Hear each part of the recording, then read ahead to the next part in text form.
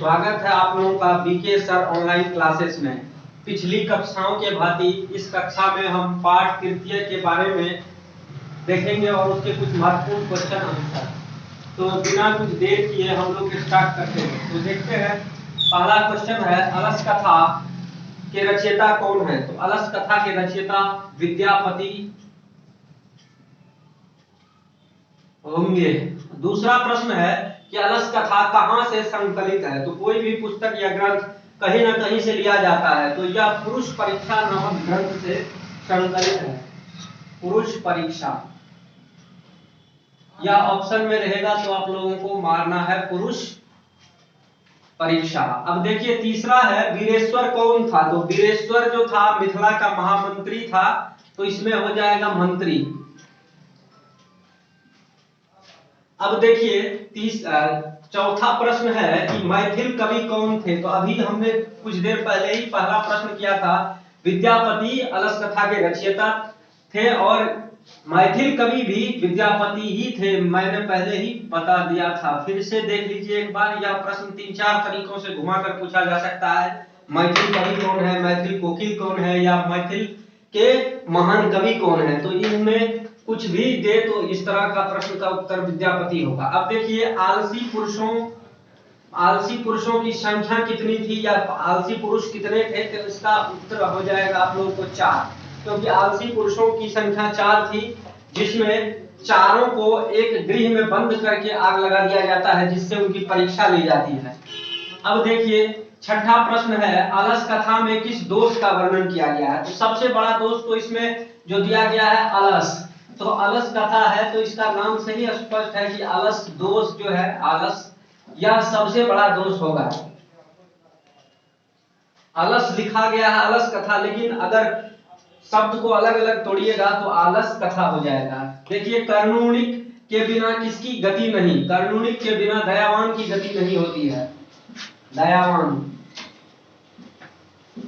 अब देखिए कं दृष्ट्वा सर्वे पलायति, किसको देखकर, कौन जो है अग्नि को देखकर भाग गया? तो सबसे पहले जो बहुत सारे आदमियों को बंद किया गया, यह परीक्षा करने के लिए कि कौन इसमें वास्तविक रूप से आलसी है या दिखावटी आलसी है। जो दिखावटी आलसी थे वो लोग भाग गए, उसके लिए यहाँ पर धूर्त शब्द प्रयोग किया गया है।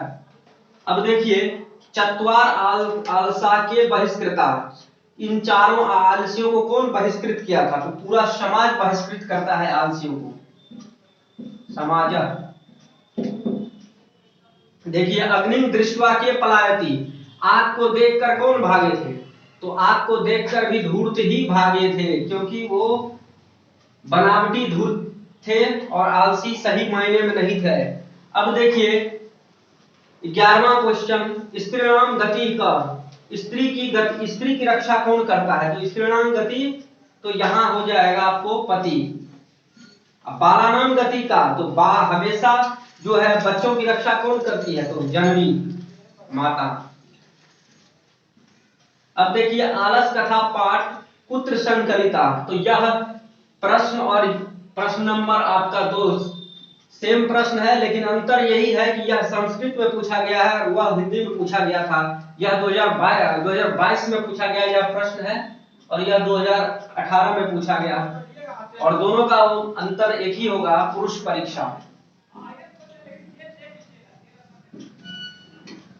आप लोगों को थोड़ा सा इसका कहानी जानना होगा कि अलस कथा कहानी क्या है। तो यह मिथिला पर आधारित एक मंत्री थे मिथिला नगर के, जिनका नाम था वीरेश्वर। उनके दरबार में यह होता था कि सभी तरह के आलसियों को अच्छी सुविधा दी जाती थी, लेकिन इसके देखा सीखी क्या हो गया कि सभी तरह जो सही पुरुष थे वो भी इस दौड़ में आ गए। अब राजा के लिए यह और मंत्री के लिए यह निर्णय करना बहुत ही कठिन हो गया कि वास्तविक आलसी कौन है और कौन बनावटी आलसी कौन है। तो इसकी परीक्षा करने के लिए उन्होंने सभीयों को एक घर में बंद करके आग लगा दिया। जो बनावटी आलसी थे वो तो भाग गए, लेकिन जो वास्तविक आलसी थे वो बच जाते हैं, जिनकी संख्या 4 होती है। यही इस कहानी का सार था, जो आप लोगों को मैंने बहुत कम शब्दों में बताया। और यह जो 13 प्रश्न है यह बहुत ही महत्वपूर्ण है, जो कि हर बार परीक्षा में पूछे जाते हैं। ऐसा नहीं है कि सिर्फ 22 में, 1998 से लेके अभी तक में हर बार 5 से 6 बार रिपीट हो चुका है यह सब क्वेश्चन है। तो इसलिए इसको गौर से देखिए, और अगर यह वीडियो पसंद आया तो आप बीके सर ऑनलाइन क्लासेस को सब्सक्राइब कीजिए और ज्यादा से ज्यादा आदमियों को शेयर करने की कोशिश कीजिए। धन्यवाद।